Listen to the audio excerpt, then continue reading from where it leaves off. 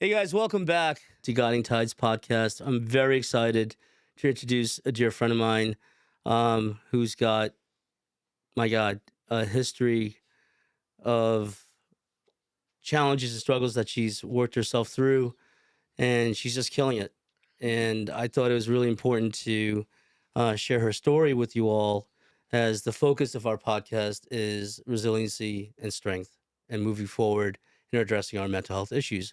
So I'm very happy to introduce Christine Ravesi-Weinstein to our show. And along with us, we got Jeff and Jessica, and my name's Mahesh. And without further ado, I just really want to get into it. And I want to share with everyone the reason for my excitement is that in my career as working as a therapist and working as a school counselor, and the other things I've done, I've come across several stories of people struggling through trauma, struggling through depression, anxiety, um, and they talk about what got them there. They talk about being victimized. And what I always found fascinating about you is that you did not dwell on being a victim. Your focus has always been moving forward, reinventing yourself, and developing the strength, even in the darkest of times. Yeah. I call it solution focused rather than problem focused. Right. So it is great to have you on, Thank you. like-minded Welcome to the Thank individual. show. you. Yes, thank you for joining us. Yeah, thanks for having me. Mahesh, this is an honor. I really appreciate it. And I appreciate your patience with having me on. I know we were supposed to do this much earlier in the year, but No, it's it's well been worth quite it. the winter for illness. So really has been. Yeah, I'm really excited to be here. And, thank you for your kind words. I think for everybody out there, we were colleagues for a couple of years. And that's where we met. I think we hit it off right away. Absolutely. I think you're amazing at what you do. I was able to see you on the front lines of the mental health crisis that exists right now, and working with kids. And I mean, your work never stopped. You were constantly running around, and whether it was a student that you worked with regularly or a student you might not have known that was in a crisis, you were always ready to jump up to the plate and help out. So Thank you. it was a privilege to work with you. So. Yeah, I mean, I think you kind of summed it up. I've always, and I don't really know where it comes from. I think it's my stubbornness. I just, Which is a great quality to have. Yeah, I just refuse to let my past define my future. It's a part of me. It's my story. I can't ignore it. But it does nobody any good if I dwell on it. Yeah. And so life keeps moving, life keeps going on, and it's nobody's responsibility but my own to move past the struggles that I've had in my life. And then becoming a mom, that totally changes your perspective. And there are days where I do dwell a little bit and I want to dwell, but then I've got two little humans that have an expectation and a need, and that quickly changes the script for me.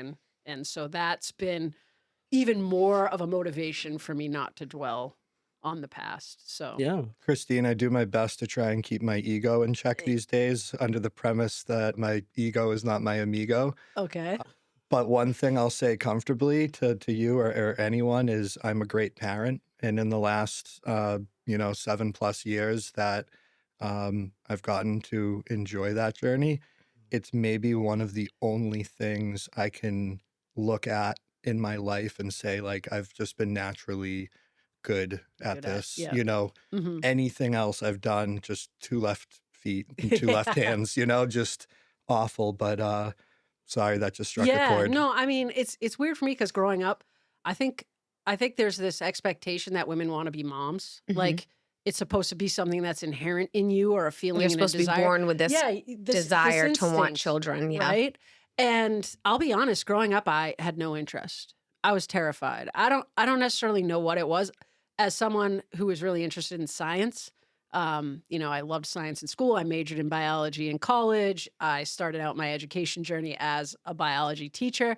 I think I was just more terrified about the physiology of the whole process, like Oh God. Well, being it's scary. pregnant, and really more like the process of giving birth. Like, oh my God, like Oh. all you hear about is how much pain it is, and it's like I'm going through all this emotional pain. I'm not gonna like Were you in the choose room? on top of that. Physical pain. Yeah. Twice I've been in the room, but I always say I can't handle the lunar cycle, let alone having some sort of internal cycle. Goodness, what in the world? Then you put the two Anytime, together. anytime a man will even bring Recipe up for trying to disaster. be supportive of what women go through, there's no good delivery. No. There Because is the none. answer is always, and my wife You comes don't to know. mind right away, who'll just look at me and say, just shut up. Yeah, You don't exactly. understand. You don't have any the idea. pain involved.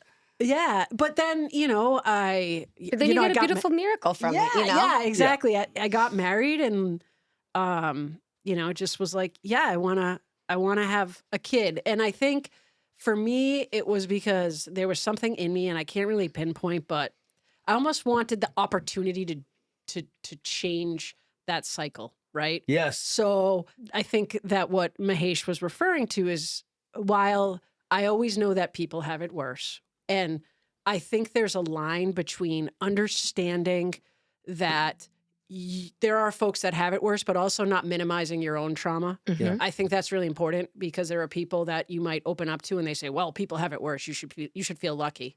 And then that makes you pause and now you feel guilty that, Yeah. Right. well, oh, I guess I shouldn't feel bad about this. I really struggled with that line. And I got to a point where it was like, no, it's okay to realize both. Yeah. Mhm. It's okay to acknowledge it could have been worse, but it's also okay to be like, That that fucking sucked. Yeah. Right.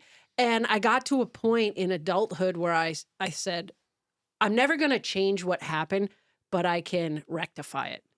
And for me, that meant having a child and providing for them what was missing for me. Mhm. And I think that was the driving force behind it. And then when I realized I was pregnant, I was like, oh no, now I got to go through that whole pain thing. But you get to a place where, and You just want 'em Jessica, out. baby, yeah, you get to a place where you're like, this is awful. Like, I don't even care what it's going to feel like. Like, this sucks. I Yep. don't like this last couple months of pregnancy. So you don't even the think about worst. that anymore. But yeah, for me, that motivation was I want to change this cycle of, emotional abuse as a child. Yeah. And, I don't want to do this again. You There's want to no- give your kids what your parents couldn't give you. Exactly. There's no hood like parenthood. Yep. Because I feel the same way. Like, my parents did their best with us, but they didn't have a handbook. They didn't know what to do. They were young themselves. My parents were 19 and 18 when they had my Wow. sister, and then they had me at 26. Wow. So, like, they waited 7 years to have me. Mhm. But, like, I see how my mom is now with my daughter. And if she could rewrite the book, she would. But it is what it is. It Right, is what it is, exactly. But it is amazing being able to create life and to rewrite that script. Yep. For me, when I had my son, I went Is through. he the oldest? He is the oldest. He's 12. I went through significant postpartum depression, and I had been diagnosed with anxiety and depression prior. Thought I had a handle on it. Went through a couple rounds of therapy, medications. Was doing better. Wasn't doing better. It was just.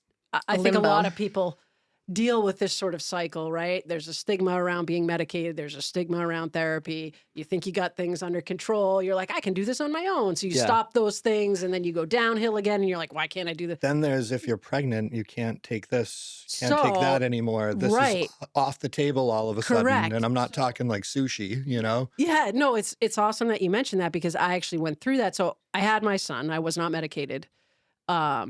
Instant postpartum depression. Wow. It was so significant that I had an emergency C-section while my pregnancy was easy.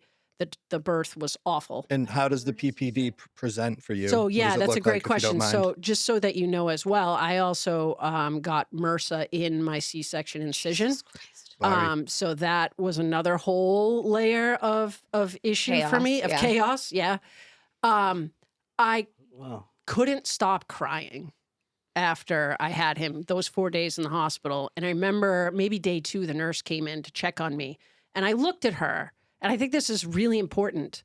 for people to know because they may have experienced it themselves. I looked at her and I said, I am not well. I am not okay. I'm scared. I'm sad. I can't stop crying. And she looked at me, and I'm sure she's wonderful at what she does. She said, "Don't worry about it. You're a new mom. First time moms That's always exactly feel what that you way." wanted to hear. Yeah. And I remember being like, "Holy crap! I just took this risk and opened up to this woman that is supposed to be a medical care provider." Right. I told her I am not okay, and she went, Yeah. "No Suck it big up, deal. buttercup. Everybody deals Pull with that." yourself up by your bootstraps. Yeah, and so you want to talk about minimizing your voice as a female too, right? So I remember being like, "What's wrong with me? Like, why can't I handle this? Why do I feel this way now?" Right? Yeah. So that for me was the initial thing. Get home. Can I ask yeah, a go crazy ahead. question? How did latching and breastfeeding and all of that go? Oh my God, probably similar for all women. There was a pressure Awful. to do it. It actually, I think looking back, I did way better than I thought I was doing at the time, but it hurts. It sucks. It's not pleasant the first time you're learning how to do it. But I was doing it. But you also have to understand, I have MRSA in my incision. To breastfeed, you need to sit. You have this boppy pillow. Is that what that's what it's called, right? Yep. It's been so long. And you have that around Yeah, but your you never midsection. forget that damn boppy pillow. Yes, you have that around your midsection. You're trying to hold this baby to get him to latch. And the pain you're experiencing from this infection is everything is like pressure on it, right? Oh, Because my all I want to do is lay back and let air get at it. On top of that, maybe it's a TMI situation, but the doctor said asked. the only way this is going to heal is if you don't wear pants. Okay, but like I'm bleeding, right? Because I'm a new mom. What am I supposed to do? I got family who's like, we want to see the baby, and I can't wear I can't invite people to my house. Like, Be this like, is supposed to be "Enter a at your great own time. risk." This is supposed to be an awesome time. I'm supposed to be excited and happy. And so I discovered there's this whole layer of motherhood, new mom, that nobody talks about. Exactly. No It's one talks about this stuff. glorified. This is amazing. You're on maternity leave. You must be so. No, I'm miserable. Yeah. I am No miserable. one's sleeping, trying to figure out a schedule. Yeah. Are they eating enough? Are they peeing? Are they pooping? Yes. Did they spit up? What color was it? From where I'm sitting, too, you two are still only hitting like 2 of the 18 dimensions of 100%. everything you're saying. 100%. Yeah. Well, I It's- had my daughter during COVID. Oh, so you had that whole layer. So on I top had of that it. layer of fear and anxiety of bringing life into this world that it's unknown. Like, is she going to get this virus? Am I going to get this virus? Is the people around me going to get this So virus? scary. Am I going to have my support person there while Yep. I'm there? And then, meanwhile, my birth was smooth as pie. So, like, I was very lucky Yep. in that sense that everything went nice and smooth. So I didn't have a traumatic experience. But, like, the traumatic experience was everything that was going on around me. Yes. And then I fell ill with postpartum anxiety. There you go. Right. So that's on top of that, right? Yep. So I guess the long answer to your original question, Jeff, was how did I know? That's how I knew. I knew instantly. And it was probably 6 months, maybe even longer, before I said to my husband at the time, I need help. Mm. I mean, it was so deep that I would look at my son, and it's hard to say this now and be like, not that I wanted to hurt him, but look at him and say, I don't want him. I liked my life before him. How do I not want him? How do Yeah. I undo this? Yeah, how do I undo this? And so it was just, I told my husband at the time, and I found a therapist, and she's still my therapist to this day. That's So we're amazing. looking at, 12 years going on. And Now, that's she a great jokes- therapist. Yeah, she jokes with me because she's like, Christine, do you remember when we were first trying to schedule appointments? And you were like, I can't do 5 because I'm supposed to breastfeed my son at that exact time, right? Like, Oh, the schedule. Yeah, the schedule, right? Like, and she's like, and now you're just like, whenever you want to meet. Like, it doesn't. And so I met with her for a while, and then it was probably maybe 6 months after seeing her that I felt like it wasn't enough. And I said, I think I need medication again. Okay. Got on medication, and then got pregnant with my daughter. Now, to your point about can you stay on this medication while you're pregnant? What do you do? That whole thing. Got pregnant, didn't know what to do. Total juxtaposition from my experience with that nurse when I had my son. My doctors worked together to make a decision what was in the best interest of me and my That's unborn great. child. Wow. They had decided that it was worth the risk of staying on my medication. I take Zoloft, pretty common medication. Mm-hmm. There was a risk that my daughter would be born with delayed development as a result of that. But they thought that that risk was worth it because there's so much research that shows if a mother is mentally well, it's better for the child. Right. Took the risk. My daughter was born. She had developmental delays. That was hard for me as a mom because I you knew feel that like was my fault. Yeah. So my daughter was born with developmental delays. She went through early intervention.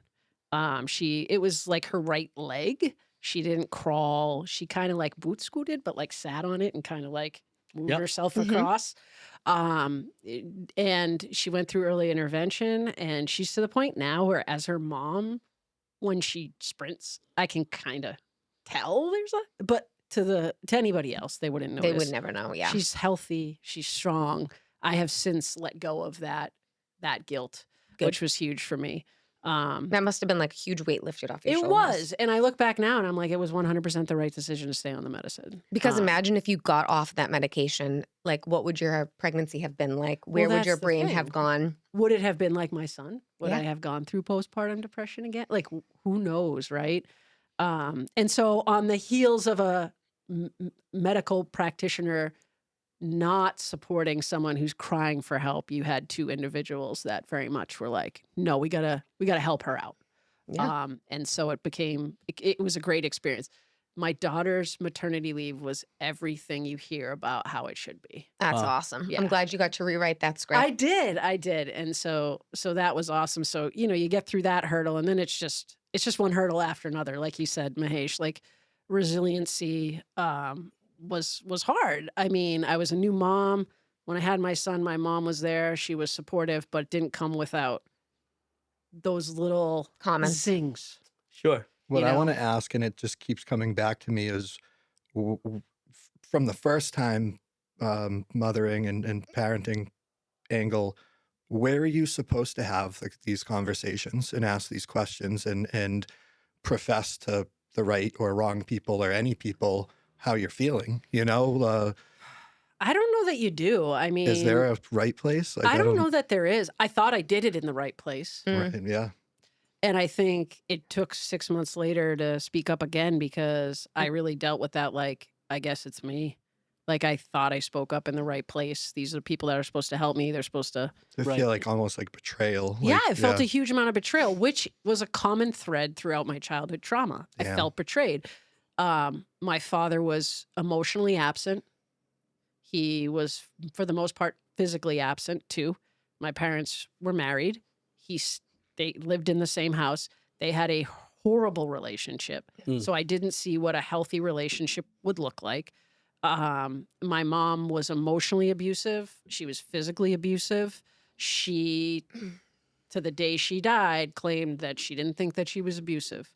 But, when you buy one of those paddles that's got the string attached to it and the rubber ball, you like, I don't know, what was this fun? Did you all play with these? Oh, Paddle yeah, ball. yeah. Ting, ting, ting, What is ting. like, yeah. No. I can never do it. She bought one of those, brought it home, was like, I have a toy for you, only to then pull the ball and the string off and use it to hit us. Oh. So like, Yeah. to me, that's physical. I'm sorry. I don't know how you cut it. That's physical abuse. Sure. It is.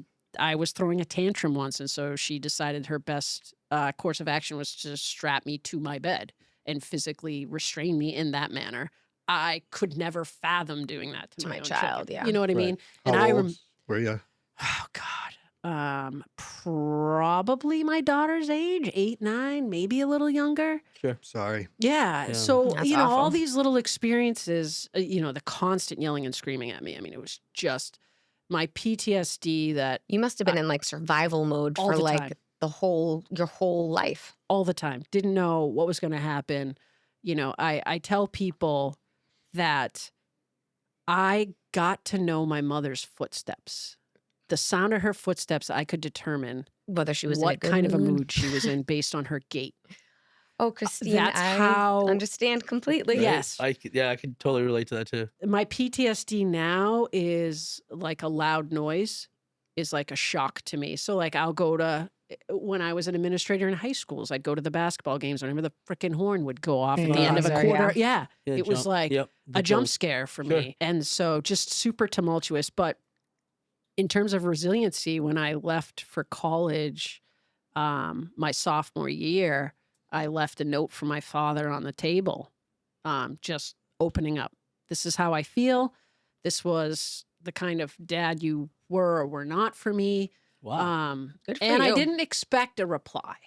I never thought I would hear from him. And then that year, a couple months later, a letter arrived at my college mailbox, and it was my dad, and it was quintessential my father, right? It was like, I'm going to be the funny man and tell you what's going on in my life to start. But in the last paragraph, he opened up and he was like, basically said, I know I've failed in certain capacities, but we still have time left. And I do, in fact, love you, which was a Wow. moment for me that it still makes me emotional because I lost my dad 2 years ago. Yeah. So Mahesh, sorry. yeah. That fixed everything for me in terms of his absence. All the stuff he had done, that was forgiveness for me. That he was 100%. able. He acknowledged your pain. He acknowledged it. And he was like, And he admitted where messed he up. faulted. yeah, he was like, I'm not the perfect person, right? And so what I was able to garner from that is in my adulthood, I realized that I had to meet him where he was. Yep. What he could provide for me was presence when he was around, right? Mhm. So he became someone where I'd go to the house and it was like a Saturday morning at 11 and he'd be like, Christine, you want a drink? And I'd be like, Dad, it's 11. And he'd be like, come on, just have fun with me. Why not? Right? Why not? Because for him, that's how he Probably that's how coped. that's how he coped and that's how he wanted to spend that time. And I loved that. Yeah. Right? Whenever I was there, he was funny and engaging and that it was easy.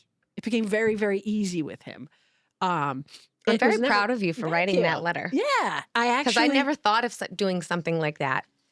It was a risk, I mean, yeah, but but I it was outweighed ready to be for well. I was ready for whatever outcome came from it. But I want right? to expand on that for Yeah. a second because I want to tie this back to, the struggles of when you were pregnant, first time to the second time, and you had the team of the doctors the second time, but there was a wherewithal in you to talk to your doctors, Yeah, right? There was a wherewithal in you to write that letter.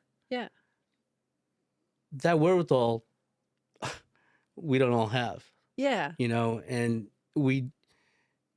and the betrayal of the support system that you thought you had Mm. that you ended up didn't having is a scary place to be. So is. when you are left with, and you stated this earlier, that there you are having to deal with this crisis at the moment, whether it be childbirth or whether it be the trauma from your childhood, as a child and as an adult, processing it. How are you? I don't know if you can answer this, but the question comes to mind is like, how are you able to dig in to say, I got to hit a pause button on this and identify the fact that I didn't cause this, but I'm going to react to it and I'm going to put things in place to help me move forward. I'm going to take the lead. Yeah, I mean, that's an amazing question. It's hard to go back into my 19-year-old brain and remember exactly what prompted me to do that. I think for me, once I went to college, I was starting to experience what the lack of a relationship with my dad was doing to me as an adult. Mm. I hate it when people like, oh, she has daddy issues. I did. I don't know what you want to call it, but when I was starting to meet boys in college, I sucked at it. I didn't know what I was doing. I would latch on too quickly. I would distance myself. I'd pick the wrong person. And I started to come to the realization like, oh, this is real. This is because I didn't have my dad, A right? I healthy didn't relationship. have that healthy relationship with a man growing up. And so I don't have any idea how to navigate this. Okay. And so I realized that I needed to acknowledge that. Mm. And my dad loved writing. He wrote for the local newspaper. He would stay up late at night and he had this like old school word processor that he would just tap, tap, tap, tap, tap. Yeah. That's cool. And I would read his column and I'd be like, who is this? This man does have emotion. Like he's in there. And it dawned on me that maybe that's how I connect with him is through the written word, because Ah. that's how he seems to connect with others. Mm. So for me, it was honestly a last ditch effort. Let me try this. If he doesn't respond and I get nothing, nothing's changed.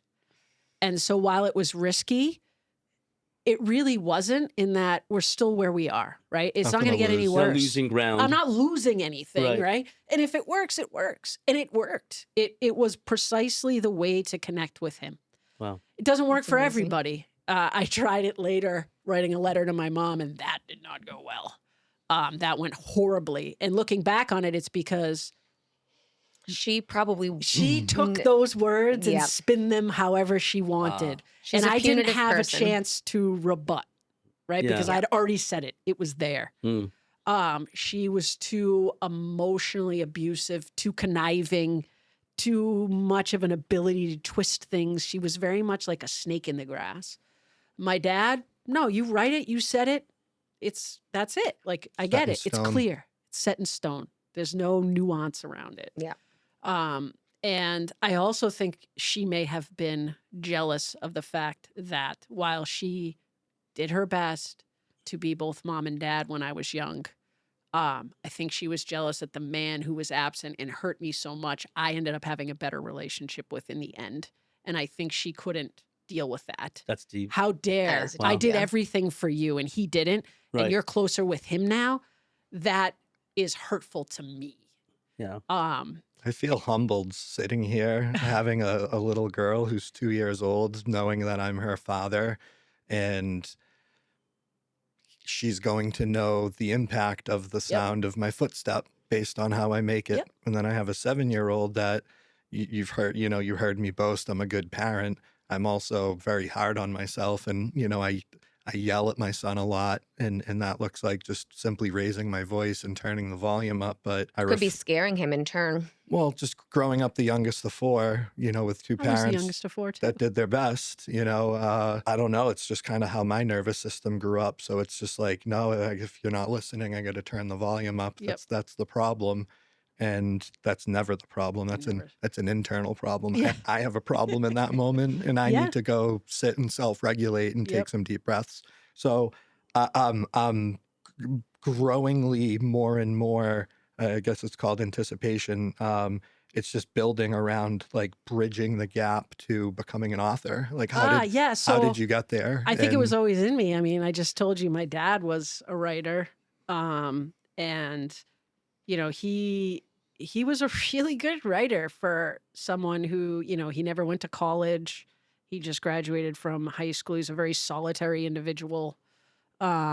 He always wrote, and he was funny as hell. And he'd write, and he'd be like, Christine, read this one. And I'd read it, and I'd be like, yeah, that one missed, and then I'd read some, and I'd laugh, and I'd be like, yeah, it's really good. And I remember when I was in high school, I don't know what y'all's experience were, but we had to write like writing samples once a week in English class, and it were just like you I don't write remember high something school. about like I anything. think that's a trauma response. Yeah, there was like no direction, right? It was just like write something.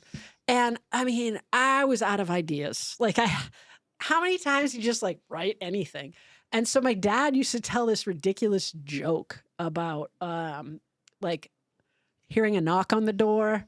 And I don't remember it exactly, but it was like this guy keeps hearing a knock on the door. He opens the door. He's like, what's going on? What's going on? Or whatever.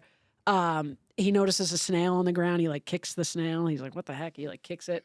And then like a year later, he gets another knock on the door. He opens it, and the snail's like, what'd you do that for? Like it took the snail a year to get back onto the stoop. I don't know. It was a dumb joke. But for a writing sample, I was like, I'm just going to write that joke. Like it just give it a ton of description. Yeah. Right? And Yeah, turn it to in. make it I'm come to out life. of ideas. Oh I my got God. nothing left. And my English teacher gave it back to me and was like, I don't know what to think of this piece. It's funny, and I had no idea where it was going, but I also simultaneously don't get it. And that is my dad. That was my dad. Was And it still an A+ though? I feel like I you don't got even an A+. remember what I got on it. It was more like the comment on it was like, what kid writes a joke as a writing sample? And so I think for me, it just kind of grew in me writing. It was also a safe place. Mm-hmm. Where like I could be experiencing something, and then like the truth can always exist here. That's really interesting because most teenagers would be petrified in Of writing? articulating their emotions, knowing that they don't have the skill on how to articulate their feelings and put it on paper. Well, I think it's like anything, you got to practice, right? The brain Right. is a muscle. It Yes, but developing muscles is hard, It is hard. right? As a Yes. physical trainer, Yeah. you know, uh, I've had my Planet Fitness memberships, and I keep driving by it on my way to Dunkies. How You many know, times have I said that I keep the lights on at my right? gym? Yeah, it's I keep like, the lights on. I pay their electricity bill. but to exercise, I mean, if you're a guitar player, you have to practice. Yeah. Until you get the blisters. You have to do the work to put into it. I think the average person struggles with the effort, but writing to you came, from what I'm hearing, quite naturally. Yeah. I mean, you're a very articulate person. Thank you. I appreciate that. But how are you like, I'm going to publish a book? Oh, I never thought that, to be honest with you. I originally, a publisher reached out to me because I made the decision to open up about my struggles probably just before COVID. It was like 2019, 2018. A colleague of mine at the time at a different school district said, I was running a nonprofit with a former student at the time, which has since folded, unfortunately, for various reasons that we don't need to get into. But the colleague was like, whoa, you run this nonprofit. Like, that's amazing, about anxiety and supporting people with anxiety. Like, have you ever thought about bridging the gap between the work you do with this nonprofit and being an educator? And I was like, no, how would I bridge that gap? And so he kind of encouraged me, like, what you should do is like start writing little articles about like how you, as someone running a nonprofit about anxiety, support kids in school with anxiety, like how you know about it through your experience. So I started writing a little bit. Like a columnist? Yeah, like call just sort that? of like an article for an ed magazine, like 5 strategies to support students with anxiety or whatever. Wow. And so I submitted it to the publisher of a journal, and it became the most read article in 2019. Like, on that publication, I was like, amazing. holy crap. Like, So cool. I guess there's an avenue for this. And so I just continued trying to write, started filming like little videos of myself. So I work out, and that's always been a part of my life. I'm actually a personal trainer now. And so Want I to would help a work sister out. out? Absolutely. We can talk after the show. Sounds good to me. So I would like work out and then film like a 30-second video with like, this is what I was thinking about. Cause that's how it started. People were like, you run? Like, what do you think about when you run? And I was like, well, other than how much I hate it, I don't know.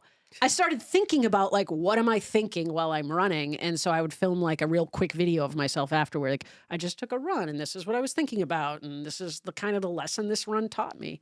And so a publisher recognized me and was like, hey, have you ever thought about writing a book? And so then the concept of writing something larger came into my head. That's Wow. amazing. That is Uh-oh. amazing. Thank That's so you. cool. And so originally I was writing about like what you can do to support kids in the educational space. It didn't feel like my book. It wasn't my story. Mm. It was like, here, educators, this is how you help other kids. Right. But I felt like it was too premature. Like a textbook almost. Yes. Like, who's going to listen to me if they don't know who I am? And so I decided to dive into my own project, which is Finding Your Way, Your Way. And it's more of a memoir type of story. But I also, as I mentioned to start, there's that line between it's okay for you to say I experienced trauma, but there are other people that have it worse. I decided to reach out to other people and say, I'm going to create this work. If you've got a story you want to share and a space to share it and you want to take that risk, let me know, because I'm going to write your story too. So that book isn't just me. There's 5 other people that I write about that have amazing stories of resilience and overcoming that humbled me that they were willing to sit down with me. Yeah. One of the women I write about, we sat down for 7 hours. And Wow, she that's told me amazing. her entire story, Mm. and it was gut-wrenching. Yeah. And then I was like, oh my God, how do I encapsulate a 7-hour interview into one chapter in a book? Wow. That was daunting, but it was an amazing opportunity because I wrote it and then I shared it with her. I shared it with everybody before I was like, I'm publishing this because Sure. I'm going to give you the control and make sure I told it the way you want. Right. There's nothing that's misinformation. And I gave it to her and she said she cried. Wow. It was so perfect for her. I can't wait to read it. So that book is so important to me because I think it does a good job of sharing that resilience isn't just your story. It's about coming together as a community and sharing and having a safe space to say, this is what I dealt with. This is how I overcame it. So we're going to have the links for Christine's books, as well Please. as to her website, as well as to your YouTube page, Yeah, so I have a right? That's YouTube channel with a couple different playlists on there for various things. Cool. I don't do the taping after a workout anymore, really. Mhm. I really am trying to focus more on like the personal training aspect and how Sure. I can get people to not just pay to keep the lights on in the gym, as you just admitted that Yeah. you do. I do. But to, kind of take the risk and start moving, because movement, in my opinion, people say, like, how did you get to where you are? It's not one thing. And I'm sure you guys can all agree with that. Yeah, It's no not way, just no therapy. chance. It's not just taking a pill. It's not just writing it's all the things together. And it's even doing 1,000 things Yes. half-asked, Yeah. and to 20% of my capacity or ability, I Exactly. still did 1,000 things. Exactly. Exactly. And I tell people there's no bad workout. Right. You got up and you moved. And, that's what I try to get people to do. Like, they'll walk into a gym and go, where do I go? That's Like, me. what do Yeah. I do? Like, I what do don't I even know do? where I to used to work start. out. I used to know everything to do. Now I'm like, I have no idea. Formations, anything. Add an injury to that. Yeah. Like, Oh, and add an injury forget or about it. add, an illness that derails you for a week. And then you're like, I have no interest in going back. Right. See, I lost so much weight that I need to gain back the muscle. Yep. That it's like, I'm not even strong enough to pick up a 10-pound weight. Yeah. It's there's so many people in that particular boat. And so I try to help people both reach goals that they have in around, being stronger and whatnot, but also to get them to just feel better about themselves. I call it non-scale victories. Mhm. There's so many non-scale victories Non-scale that people victories. refuse like to that. acknowledge. Yeah. Right? Because to them, it's like, well, I worked out for a month and I stepped on the scale and nothing has moved. Yeah. Okay. Do your clothes feel better? Well, they do. Awesome. When you walk up the stairs, are you as out of breath? Yeah, how's no. your breathing? Awesome. How you sleeping? Yeah. Oh, I'm actually sleeping a lot better. Great. These are all victories. How are people getting along with you Yes. lately? Yeah, no, exactly. Better. Right. I Yeah. had a client who was getting to the end of the personal training package she bought through the gym I was working at. And I said, so what are you going to do? Like, are you going to re-up? And she's like, well, my husband will kill me if I don't, because he says I'm much easier to live with. There you go. Non-scale victory. Right. Right. And so, that's what I'm trying to do now is, put content out there that shows people it doesn't need to be difficult. Right. You can just do these simple things and it's going to benefit you, not just physically, but more importantly, Mentally. emotionally. Did this momentum, and I see this momentum from when you're in college and you wrote to your father and you started writing articles and, as a teacher administrator, which you killed, you're Oh, amazing. thank you. But like any journeys there are struggles. Oh my God. So Many. when you hit your roadblocks, was there someone for you that said, look at the non-scalable victories, or did you have to dig in deep? And how did you overcome that's your not roadblocks? fair, Mahesh. You just caught me. He threw it back at me. No, I'm kidding. Oh my God. I don't know, but I do this for a living. yeah, I know you're damn good at it too. There were a lot of struggles.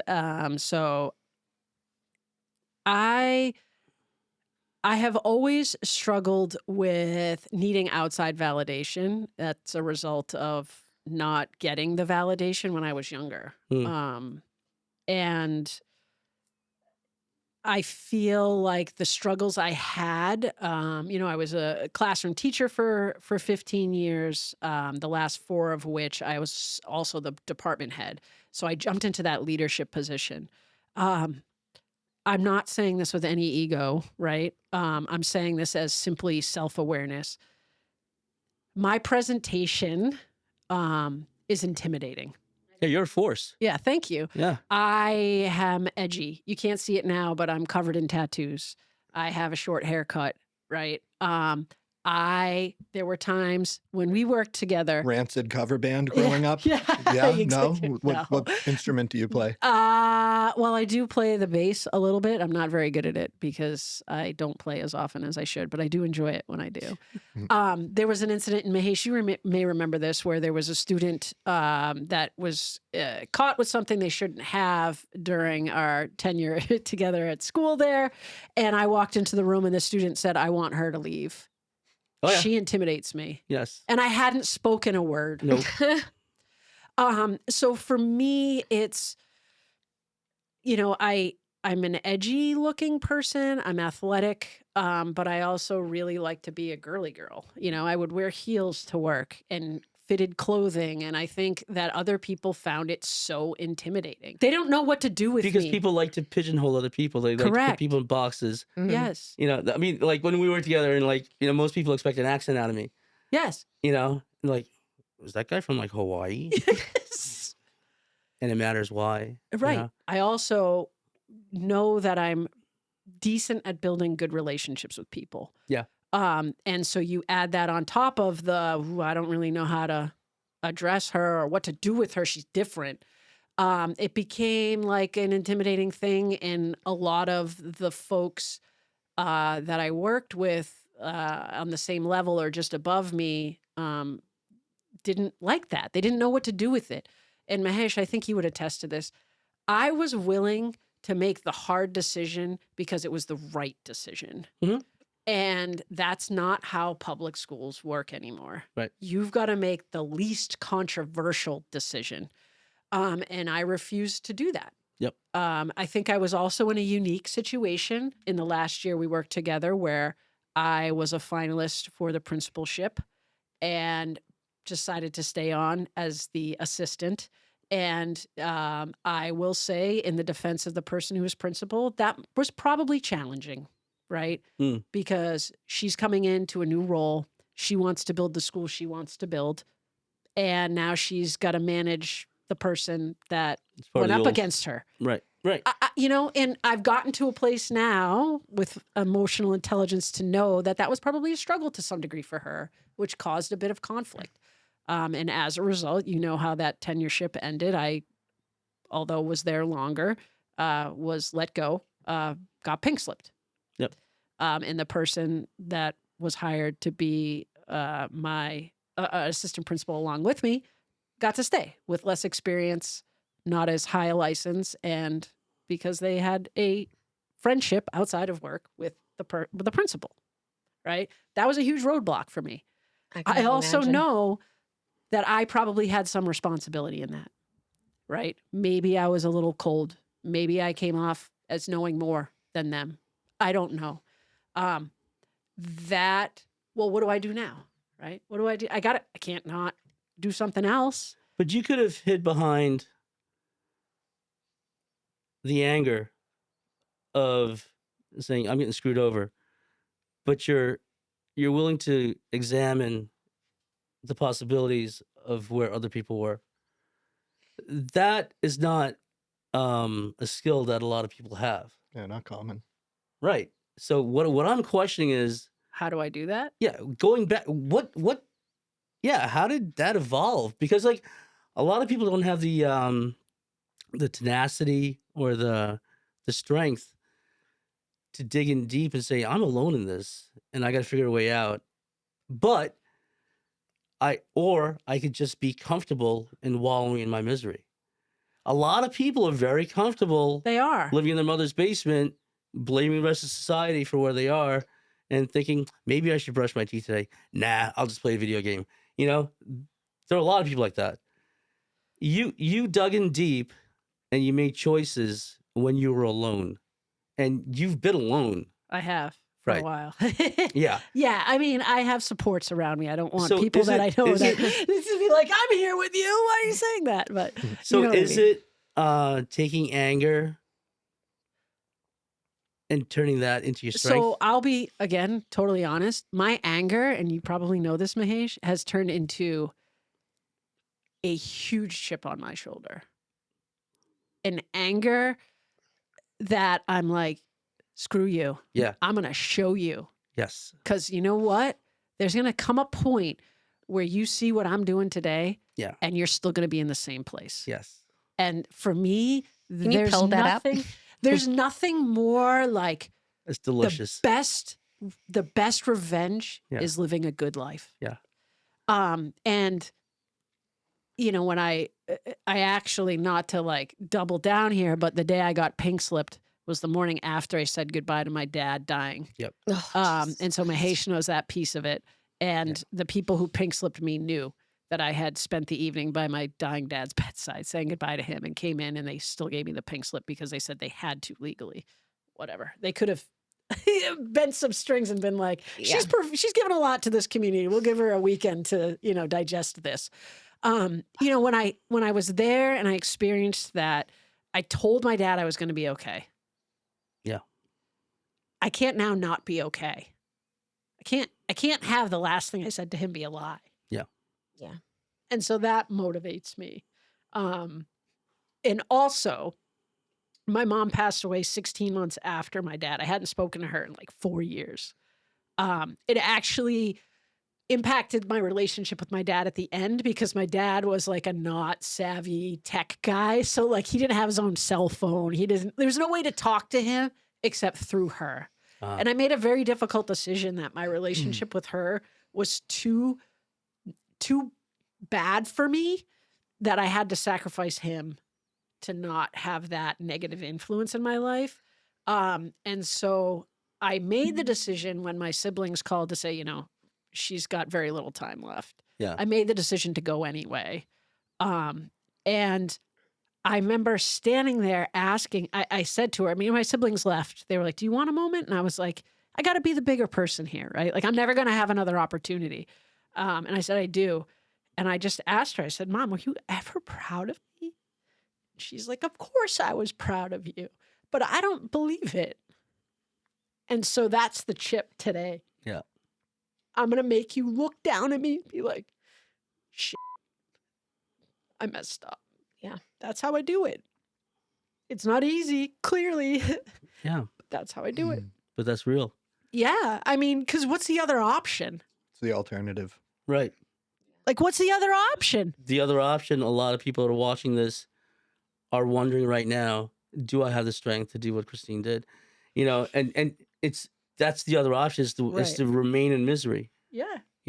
It's miserable. Thank you. I can't I have to pay for the tissues, Ellie. Yeah, it's But it goes back to momentum. It's momentum. It's like you got to start small. Like you're not going to change everything in a day, right? You're not going to wake up tomorrow and be like, "Oh, I have all the answers," right? It's a journey. I think it's also important for my kids to see mom experience life. Yep. Ebb and flow. Yeah, like as you said, parenting is hard. Parenting right? sucks. Yeah, It's so hard. it's lovely, but it's hard. It's it hard, sucks. There are days and, that it like, sucks. It's hard. Yeah. I have moments where I'm like, oh my God, I got to run into the other room because I'm having a moment, because I don't want to freak out the kids. But by the same token, like if they see me upset, it's like, It's normal. Yeah. they're like, It does normalize it. Yeah. yeah. And I name it. Like I'm not okay right now, guys. I'm going to be okay, but I'm not okay right now. I love that you say that because I had some personal stuff going on in my life, not too long ago, and it was overwhelming and it was hard to carry every hour of every day.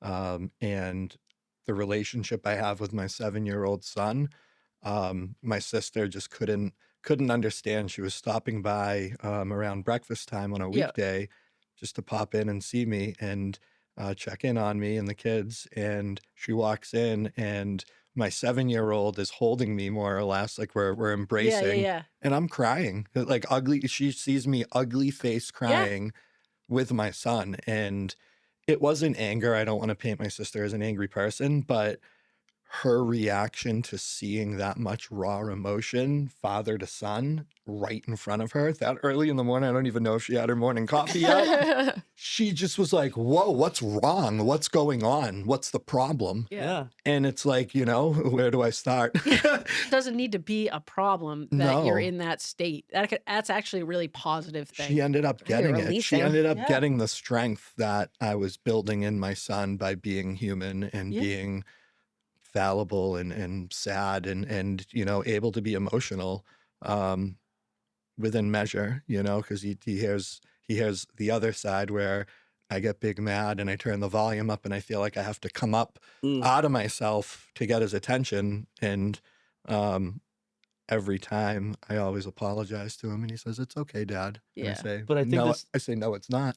Yeah. It's not okay, but thank you for forgiving me." the ability to apologize to your child is huge because, well, generationally, culturally, whatever, however you want to label it, I grew up in a family where that just was not done. No. But I've done it all the time with my kids, and them seeing you as a human being matters, you know, especially from being a young child growing up, that, yeah, dad screwed up. Well, yeah, dad fixed it, or dad tried to fix it, or dad acknowledges that he screwed up. You too can screw up, acknowledge that you screwed up, Everybody can make mistakes. right? Don't hide it, and don't all of a sudden create another problem to divert from the real problem, Yeah. cause drama, you know, just this is okay. We have the family to help you make it okay. hmm But, you know, saying sorry to your 7-year-old son matters.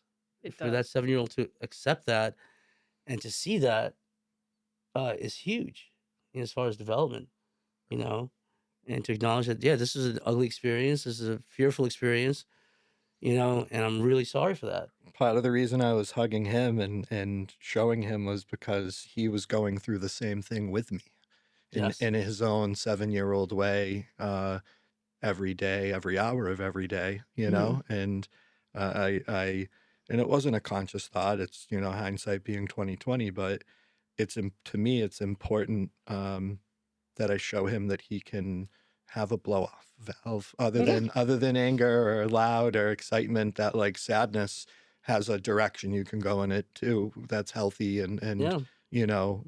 messy and Well, you're creating resilience in your child, right? You go back to the common themes through your podcast. It's all about strength and resilience. Yep. If you show a kid that everything is, sunshine and roses 24 hours a day, 7 days a week, when it's suddenly not, Yeah. how are they going to deal with it? right. How They're are they not going gonna to be cope? resilient. How are they going to deal with Every the trust parent's issues they intent is to develop? protect their child, to provide a safe environment for the child. And then here you are being the agent to prevent them from learning how to develop a safe environment for themselves, Yeah. and to be dependent on you to always provide that. That's such a disservice. Yeah, I mean, a really good example of this too is, I've gotten divorced since having both of my kids, and when I moved out of my marital home, and we had our week on week off schedule with the kids, Mhm. I was not only miserable without the kids because I missed them, but I was running around with like a chicken with my head cut off, because it's like, okay, they're not here. I got to get their laundry done. I got to get the Yep. food shopping done, the bed sheets changed, all this stuff before they come back. And I was talking to my therapist about like, this is like unmanageable. Like I get no downtime. I feel like it's worse when they're not. I'm more busy when they're not here than when they are here. And she's like, Christine, why are you doing all that? I'm like, because it's got to be ready for them when they get here. Yeah. She goes, don't you think it's important for them to see mom like doing laundry and doing food shopping? Like, because otherwise they're going to come to your house and have no responsibility. You're not going to understand what you do as a mom. It's not going to build structure in them. They're just living in this fantasy world that like, everything is perfect here. Laundry just magically gets done. The dishes. What comes with the title? Yeah, you might be right. And I've since let go of that, and I live in far more chaos now. Mhm. But it's But the actually more chaos calm. is In a calm, way, yeah. like I actually have moments when they're not there where I'll lay on the couch and like binge Bridgerton. I would never I just do finished that it before. last night. I am on, don't spoil it. Oh, no, I I was won't. only on episode 6, but I didn't do that before. I didn't do that before. You're I didn't allowing take to care give of yourself myself. space Yeah. to be you. Yeah. And my kids now, I'm like, Nathan, this is what I need you to do. You need to collect all the dirt, because he's 12 and the dirty laundry doesn't stay where it's supposed to, right? You need to collect Pick it up all, off the like floor. he's understanding what it means to take care of a household. Yeah. Here's a hell of a question. Has he written you? No, No? no. I mean, I hope that he would feel he could. Would it be a long text though at this point, or would If my would he son break sent a out long text, keyboard? I would send him to urgent care, because to get anything more than one word answers from him, There's something wrong with them. seriously, it's like, how was your day? Good. How's your morning? Good. And How you what, feeling? Good. I'm Huh. like, Sounds like me with fine. That's Fine. every, Fine. It's an Yeah. it's an acronym. I do that every day at work, and that's my pet peeve when I'm processing with my kids. oh yeah, I And remember you you get said. the one word answers. I'm like, and I'll tell them, like, you're putting me in a position to ask you 5 more questions. Yep. If you don't want me to ask you questions, give me a summary so we can have a conversation. A lot of kids don't know how to have conversations They I know. don't nowadays. because it's all It's- on the phone. Everyone's hiding behind their text. You know, they feel uncomfortable. In the cafeteria, forget about it. I've got 300 kids staring down at their screen. I thought they can't have their phones on them. No, during the cafeteria. No, at lunchtime you can have, you know, Yeah, you study. can, You it's can your do time it. to do Understood. whatever you want. You know, but it's yeah, I know. I mean, dude, I grew up in the 80s. Like, if it was old school, it'd just be like, no, put that shit away. Mm-hmm. Do you ever see the videos online of like high school life back in 1990, and it's like videos of hallways where like folks are talking and Yeah. engaging. There isn't a games. single electronic in Not sight. one. It's crazy. So yeah, I mean, I've decided, obviously through my process of trying to get well, I have become less rigid because that's something I need to work on. Anxious people want perfection, right? Yep. Like Yes. everything's got to be perfect. And in letting go of some of that stuff, knowing I just got to, it's also helping my children to see like, oh, this is how life really works, right? It's Mhm. okay. Mom has moments. Mom does laundry. Yeah. She doesn't just, so I think that's also an important piece of what's allowed me to kind of let go of some stuff. I think I also do those things without resentment because I remember I always saw my mom do those things, but it didn't come without slamming pots and pans Oh, and yeah. swearing about how she was chief cook and bottle washer and can't believe she did No the one's here to dishes help me. before bed and wakes up and now the sink is full again. Like, it's Yeah. just, And that's what happens you when can you have fend 4 for kids. yourselves, but I'll cook for the dog. What? What? How does that work? I'm there sitting there as like a 9-year-old being like, I don't know how to cook, but the dog is getting chicken and rice. I should stick my head in the bowl. Seriously. So it's just like all these little things that I just don't want my kids to experience. And that was one of the reasons I stopped talking to my mom was because she started yelling at my kid, like she'd come Ugh. over and my son might not do something. Nathan. Yeah. And I was like, I can't have this. This I is can't not have happening. this is History triggering to is not me. repeating this itself. is triggering to me, but also like Yeah, it's not I happening. can't have this relationship Not for my good for you. kids. So that was just her being. There was no. She was miserable. She was Yeah. miserable. She wallowed in the negative. If she wasn't unhappy, she wasn't happy. Yeah. And nobody else was. Yeah. And she just it was my fault. Why won't you talk to me? Why aren't you part of my life? I think the hardest thing, which in terms of roadblocks and trying to overcome that I deal with now, I went in, I saw her, I had my moment with her, Uh-huh. asked if she was proud of me. She claimed she was. I asked her, say hi to my dad. I made a joke. My dad always gave me cactuses. It was like his thing. Like he'd That's go to funny. like the store and come home and have like a little cactus. And so when I got married, he bought me a cactus. And so it was still I know it's weird, right? It was still at my ex-husband's house. And so when he passed away, I was like, can I have the cactus? Like, I want it in my house now, right? Like, I want to feel like my dad's there. And I got some of my dad's ashes and I sprinkled them in the cactus. Yeah. Oh. And Oh, that's so cool. I'm at my mom's bedside. I said, when you see dad, tell him I said hi and make sure he's okay with being in my cactus. And she was like, what? I'm like, long story. But like, and so I had this, what I thought was like a really good moment. And then, you go through that whole, the estate, when you have both your parents go and that whole process. And I found out that not only did she completely write me out of the will, she had closed out my kids' college funds and took the money and gave them to her other grandchildren. Lovely. And that was Icing on the cake. yeah. And so for me, it was like, yeah, you said in that moment you were proud, but your actions were not such. And so now I have that chip. I can relate. Oh, yeah. That it's not angry though. No. It's more kind of, it's brought me even kind of closer to my dad, right? Because she passed after. And so a part of me is like, if he knew, and he does now, Yeah. he would not be okay with that. So, I now I feel even more of a need to be there for my kids and even more I want to make this work. I want them to see mom doing her own thing and building something up. It's a clear vision of who you want to be Yeah. Yeah. by knowing who you don't want to be, Yes. right? Yep. Yep. Here you are, I would say late 40s. Mid. I'm about to be 46. Wow. Okay. Yeah. All right. So, okay, 46, Yeah. you know, and you've gone through this journey of reinventing yourself Not once, but multiple times. multiple times. Absolutely. You know, and now you've authored books, you've spoken dozens of times, you know, Yeah. in front of the public, you know, empowering people. Like, reflecting on what you've done, where do you see yourself 5 years from now? So, well, I'm just honestly, I'm just trying to get through today and then tomorrow. Like, that's always been my perspective, like one day at a time. But what I hope to see in 5 years' time, I'm trying to build my own business. Hmm. That's what I'm really trying to do. I took a huge leap of faith after the experience, after we worked together and I got laid off. I worked for a year in corporate, hated it. It wasn't for me. And so I took a leap of faith, fully retired from teaching Yeah. and public education, pulled out my retirement.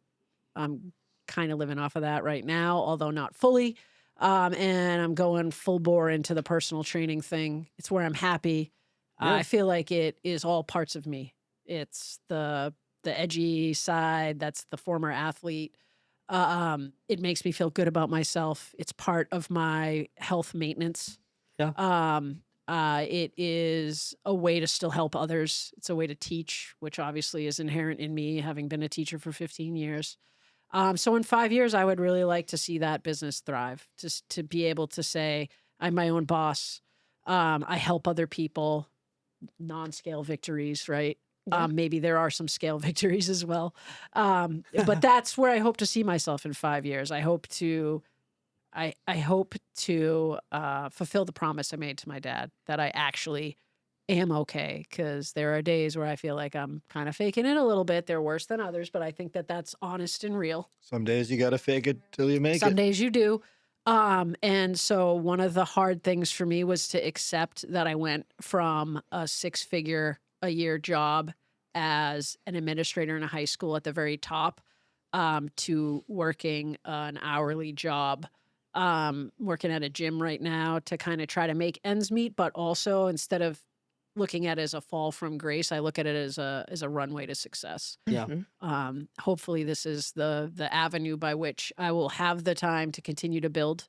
And then, in a year or two's time, be able to, pull the plug on all things corporate and other people's businesses and working for them and just be doing my own thing. And I look forward to training my son. That's one of the things I do. He's an elite hockey player. And so he's got the personal training mom built in. And so I work out with him and That's help him awesome. out. And So strange that you mentioned he's an elite hockey player. Yeah. I randomly, for the first time in her life, said this morning that I think I'm gonna get my almost 2-year-old daughter into hockey that's and awesome. figure it out if that's what she wants to do. If That's she awesome. takes to It is. skating or It something. is. Be ready to freeze your ass off, though. Sure. Commit But all your anyway, time to that. that's where I hope to see myself, and I'm sure it will not be linear.